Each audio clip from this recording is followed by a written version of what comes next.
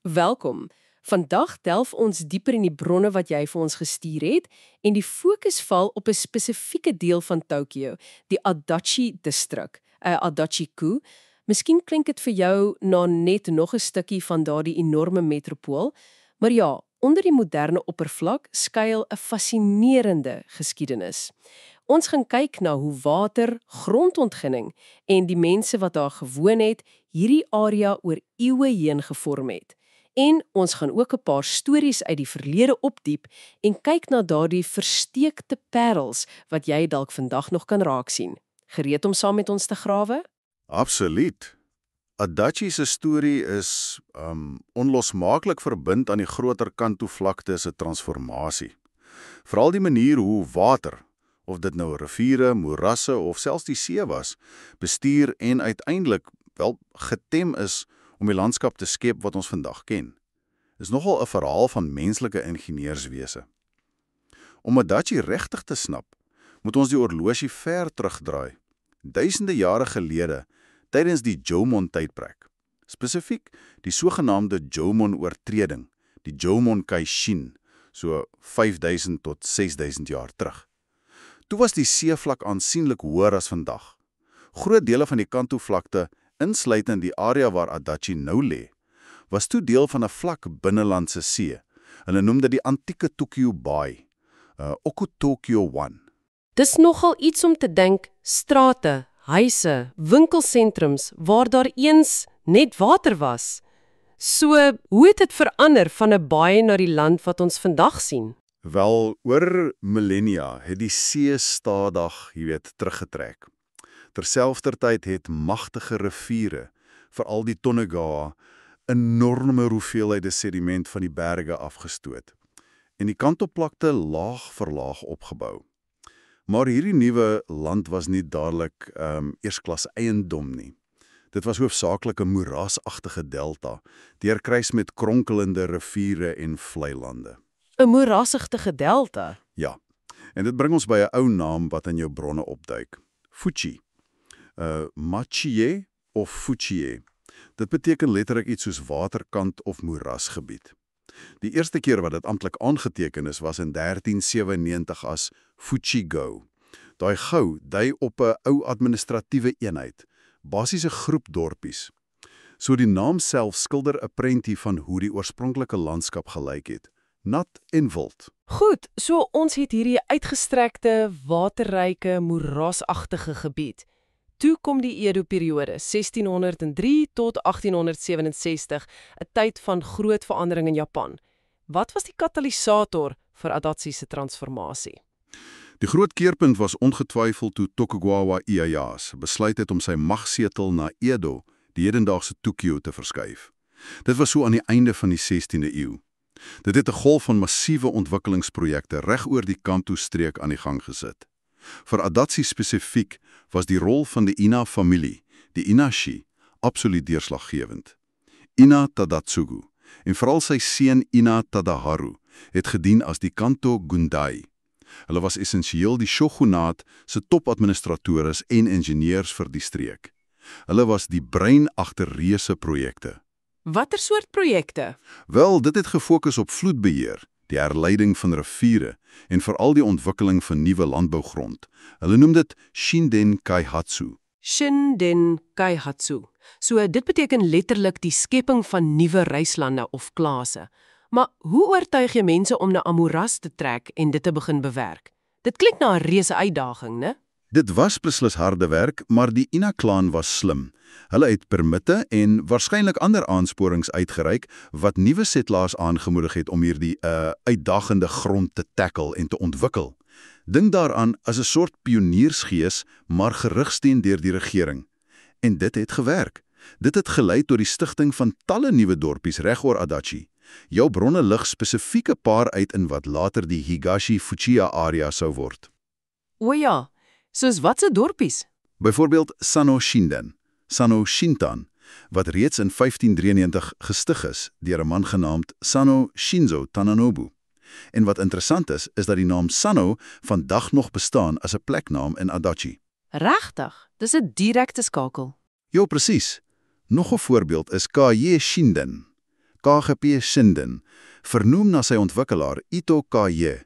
En weer eens, die naam Kye, Gapien, leef vandag nog voort in die distrik. Ander voorbeelde uit daardie tyd sluit in Choemon Shinden, Oyata Dorpie, Kita Sanya Dorpie en Kabaa Dorpie. Volgens die bronne is daar altesaame sowat 20 sulke nuwe dorpies gedurende die Edo-tydperk in Adachi gevestig. Dis 'n ware landskapstransformasie. Dis fascinerend hoe daai name van die oorspronklike ontwikkelaars of dorpies eeue later steeds deel is van die daglikse geografie. Maar selfs met nuwe plase, die water was sekerlik steeds 'n groot faktor, 'n konstante bedreiging. O ja, absoluut. Die bestuur van water was sentraal tot alles. Groot ingenieursprojekte het die water weer radikaal verander. Die Ayasagawa-rivier byvoorbeeld is in 1641 gekanaliseer en, reguit gemaak. Dit het die ou Fuki-gebied effektief in twee gesny wat later die basis sou vorm vir Oos- en Wes-Fuki.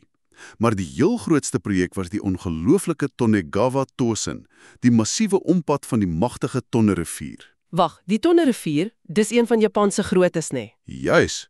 Voorheen het die Tonne baie nader aan Edo en die baie uitgemond en gereelde, soms verwoestende oorstromings veroorsaak. Deur sy loop ooswaarts na die kus by Choshi te verskuif, het hulle nie net Edo beskerm nie, maar ook die watervlakke in gebiede soos Adachi gestabiliseer. Hulle het dus nie net 'n rivierwal gebou nie. Hulle het die hele loop van die rivier letterlik herlei. Die impak moes enorm gewees het, nie net vir vloedbeheer nie, maar ook vir die ontwikkeling van Adachi self. Presies. Dit het die spel heeltemal verander. Dit het die risiko van katastrofiese vloede verminder en die nuut ontwikkelde Shinden landbougrond baie meer volhoubaar gemaak. Saam met hierdie waterprojekte het die ontwikkeling van infrastruktuur soos die Nikko-Kaido hoofweg met Senju en Adachi as 'n belangrike posdorp die gebied verder oopgestel. Dit het dit geïntegreer in die groeiende Edo-ekonomie. Adachi se verhouding met water en sy plek in die groter Kanto-streek is fundamenteel herskryf gedurende die Edo-tydperk. Goed, die Edo-era lê die fondament, dan kom die Meiji restaurasie in 1868 en Japan begin vinnig moderniseer. Hoe het hierdie nuwe era Adachi beïnvloed? Op administratiewe vlak was daar konsolidasie. Die talle klein dorpies wat in die Edo-tyd ontstaan het, is saamgesmeld. Teen 1888 is twee hoofentiteite gevorm. Fuchi Village, Fuchiyamura, wat die westelike deel beslaan het, en Higashi Fuchi Village, Ton Fuchiyamura, in die ooste. Interessant genoeg, jou bronne noem selfs dat daar vandag nog 'n gedenksteen is wat die ligging van die ou Higashi Fuchi dorpskantoor aandui. Regtig? Waar? Dit staan naby die Adachi brandweerstasie se Uyata-tak in die huidige Towa-distrik. Towa Gochuma Lokefukin, 'n tasbare stukkie geskiedenis wat jy kan gaan soek. En die daaglikse lewe en daardie dorpies. Het landbou steeds die boetoon gevoer? Ja, vir 'n lang tyd was landbou nog die kern van die ekonomie. Adachi se nabyheid aan die steeds groeiende Tokio het dit 'n perfekte plek gemaak vir wat ons marktuinbou noem. Jy weet, die kweek van varsgroente spesifiek vir die stadsbewoners. En hier is 'n besonderse storie uit jou bronne wat dit illustreer. Die Fukuba Ichigo aardbei. Fukuwa Ichigo. Aardbeie. Vertel meer. Ek hou van aardbeie. Wel, dit blyk dat 'n plaaslike man, ene Kamoshita Kisuke, in 1922 daarin geslaag het om hierdie spesifieke aardbei-variëteit suksesvol in kweekhuise te verbou. Dis oorspronklik van Frankryk, aangepas deur 'n Japanse tuinboukundige genaamd Dr. Fukuba Hayato. Hierdie Fukuba-aardbeie was blykbaar van uitstaande geaarde so goed dat daar 'n spesiale koöperasie gestig is, die Higashi Fuchie kweekhuis-aardbei verskepingskoöperasie. En die toppunt, die bronne sê, hierdie aardbeie was so spesiaal dat hulle selfs aan die keiser en keiserin van Japan voorgesit is. Keiserlike aardbeie uit Adachi. Dis 'n fantastiese stukkie plaaslike trots. Maar ek raai die storie eindig nie daar nie. Hoekom sien ons nie vandag nog oral Adachi aardbeie nie? Dis die klassieke verhaal van stadsuitbreiding, né? Soos Tokio gegroei het die druk vir behuising en ander ontwikkelings toegeneem. Teen ongeveer 1935, so sê die bronne, was die kommersiële aardbeiverbouing in hierdie deel van Adachi reeds iets van die verlede. Grond het eenvoudig te waardevol geword vir landbou. Maar dit bly 'n wonderlike klein hoofstuk wat wys hoe gespesialiseerd die landbou hierheen was. Van keiserlike arbeid na meer industriële produkte. Wat op daardie front gebeur? Jou bronne noem teëls en bakstene. Korrek. Adachi se geografie, veral die kleiryke grond langs die Nakagawa rivier, was ideaal vir sekere tipe vervaardiging. Teelmakery, veral dakteels, het reeds in die laat Meiji-tydperk begin floreer, laat 19de, vroeg 20ste eeu. Teen 1926 was daar blykbaar 14 teelvervaardigers net in die Higashi-Fuji-area. Dis nogal baie. Alhoewel die bedryf mettertyd gekrimp het, het die laaste een, Sugimoto Onigawara Ten, wat gespesialiseer het in die pragtige ornamentale dakteels, eers in 1993 sy deure gesluit. En die bakstene? Wat bakstene betref, was daar 'n groot speler, Nippon Renga Saizo Kaisha, wat 'n fabriek in die Oyate-omgewing gehad het. Maar toe kom die groot Kanto-aardbewing van 1923. Die aardbewing het nie net die fabriek self beskadig nie, maar die wyd verspreide verwoesting het ook ernstige vrae laat ontstaan oor hoe veilig baksteenkonstruksie werklik in 'n aardbewingssensitiewe land soos Japan is. So daardie reuse aardbewing het nie net geboue laat kantel nie, dit het mense anders laat dink oor boumateriaal, wat toe direk 'n groot impak op Adachi se plaaslike industrie gehad het. Dis 'n direkte gevolg wat ek nie sou verwag het nie. Presies. Die twyfel oor baksteen se veiligheid, gekombineer met die skade, het daartoe gelei dat die Nippon Renga fabriek in 1928 gesluit het. Ander nywerhede, soos papiervervaardiging, het ook langs die riviere ontwikkel, aangetrek deur die volop water. Terselfdertyd het die infrastruktuur aanhou verander. Die konstruksie van die Edogawa vloedkanaal, Edogawa Hosuiro, in die Taisho-era, nog 'n massiewe waterprojek, het die landskap verder hervorm. En natuurlik het vervoer begin skuif weg van die tradisionele bote op die riviere en kanale na die groeiende netwerk van spoorweë en paaie. Reg, so die modernisering gaan voort. En dan, na die Tweede Wêreldoorlog? Na die oorlog het Adachi, soos soveel dele van Tokio, 'n tydperk van ongekende, vinnige verstedeliking beleef. Die ou Fuji en Higashi-Fuji dorpe is reeds in 1932 saamgesmelt om deel te word van die nuutgestigte Adachi-wijk binne Tokio-stad. Na die oorlog het die oorblywende landbougrond teen 'n versnelde tempo verdwyn om plek te maak vir behuising vir die stadsgroeiende bevolking. En hierdie vinnige, soms ongebreidelde groei, het nuwe probleme saamgebring, né? Jou bronne is nogal uitgesproke oor die kwessie van grondversakking. Dit klink ernstig. Dit was uiters ernstig. Dit was 'n reusprobleem, veral in Tokio se laerliggende oostelike distrikte, die sogenaamde Shitawachi, wat dele van Adachi ingesluit het. Die primêre oorsaak was die oormatige onttrekking van grondwater. Na die oorlog het nywerhede gebloei en baie van hierdie fabrieke, asook die groeiende bevolking, het massiewe hoeveelhede grondwater opgepomp. Die gevolg, die grond het letterlik begin inkrimp en sak. Hoe erg het dit gesak? Praat ons van sentimeters? Ons praat van meters. In sommige van die ergste geaffekteerde gebiede, insluitend dele van Adachi en sy bure, was die totale versakking teen die middel van die 20ste eeu soveel as 2 meter. Stel julle dit voor. 2 meter, dis ongelooflik. Dit moes 'n absolute nagmerrie gewees het om daar te woon. Jou huis se vloervlak sak letterlik onder die seevlak. Presies. Dit het gevreesde 0 meter sones geskep, gebiede wat permanent onder die gemiddelde seevlak lê. Dit het beteken dat selfs tydens normale hoë getye, om nie eers van storms of swaar reën te praat nie, hierdie gebiede uiters kwesbaar was vir oorstromings. Dit was 'n konstante, dreigende gevaar. Wat het hulle uiteindelik daarin gedoen? Kon hulle die proses stop of selfs omkeer? Hulle kon dit stop, maar nie regtig omkeer nie. Die oplossing was om streng regulasies op die onttrekking van grondwater te plaas, veral vir industriële gebruik. Dit was nie 'n maklike stap nie, want dit het ekonomiese implikasies gehad, maar dit was noodsaaklik. Hierdie maatreëls het die versakking effektief gestuit, iewers in die 1970s. Die grond het egter nooit ten volle na sy oorspronklike vlak herstel nie. Die skade was permanent. Hierdie hele ervaring het die dringende behoefte aan robuuste langtermynvloedbeskerming onderstreep. Dis een van die hoofredes vir Tokio se uitgebrei stelsel van duike, sluise en vloedmure, die Wachu-Hoshiki of ringduikstelsel. So, te midde van al hierdie dramatiese veranderinge van antieke see tot moeras, tot ontwikkelde landbougrond, nywerhede wat kom en gaan, en dan hierdie intense stryd teen grondversakking, dis amper 'n wonderwerk dat enigiets van die ouer geskiedenis oorleef het. Maar jou bronne sê daar is steeds spore, daai versteekte parels. Ja, beslis. Selfs met al die moderne lae wat oor die geskiedenis gebou is daar steeds ekko's van die verlede sigbaar, as jy weet waar om te kyk. Ons het reeds genoem hoe plekname soos Sanoi en Kagai vandag nog gebruik word. Die ouer name Fuchi en Higashi-Fuchi leef ook voort in die name van skole, parke en ander plekke. 'n Uitstekende voorbeeld is die Higashi-Fuchi tuin, Do Yuenkei-keien. Dis nie net 'n pragtige tradisionele tuin nie, maar dit huisvas ook die Adachi Wijk Museum, 'n ideale plek as jy nog dieper wil delf. Reg, en die bronne lys ook 'n hele paar spesifieke historiese plekke, veral in die ou Fuji-area, die westelike deel. Is daar enige wat besonder uitstaan? Plekke wat jy sou aanbeveel vir iemand wat hierdie geskiedenis self wil ervaar? Daar is beslis 'n paar interessante stoppe wat die moeite werd is.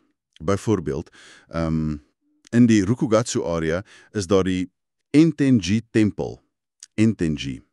Wat hierdie tempel besonder maak, is sy verbintenis met die beroemde haiku-digter Kobayashi Isa. Daar word gesê hy was 'n gereelde besoeker en die tempel hou jaarliks 'n fees ter ere van hom. 'n Tempel met 'n digter se gees. Dit klink nogal spesiaal. Wat nog? Dan 'n bietjie verder in Takinotsuka, waarvan die naam self interessant is. Dit beteken bamboesheuwel. Vind jy die Takizuka Jinja. Takizuka Jinja is 'n belangrike plaaslike Shinto-heiligdom, waarskynlik die historiese kern van daardie gemeenskap. Dis dikwels by sulke ou heiligdome waar jy nog 'n gevoel kry vir die dieper wortels van 'n plek. Maak sin.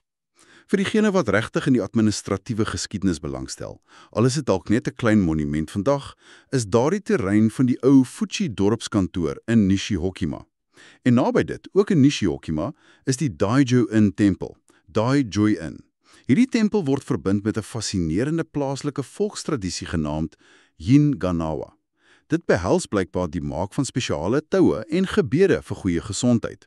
Lewende kultuur. Presies, en buite hierdie is daar talle ander, kleiner tempels en heiligdomme wat oor die hele Fuji-gebied versprei is, soos Haikawa Jinja, Hoshaku-in, Saikoji en selfs die terrein van wat eens die Hosui-juku was, 'n ou privaatskooltjie.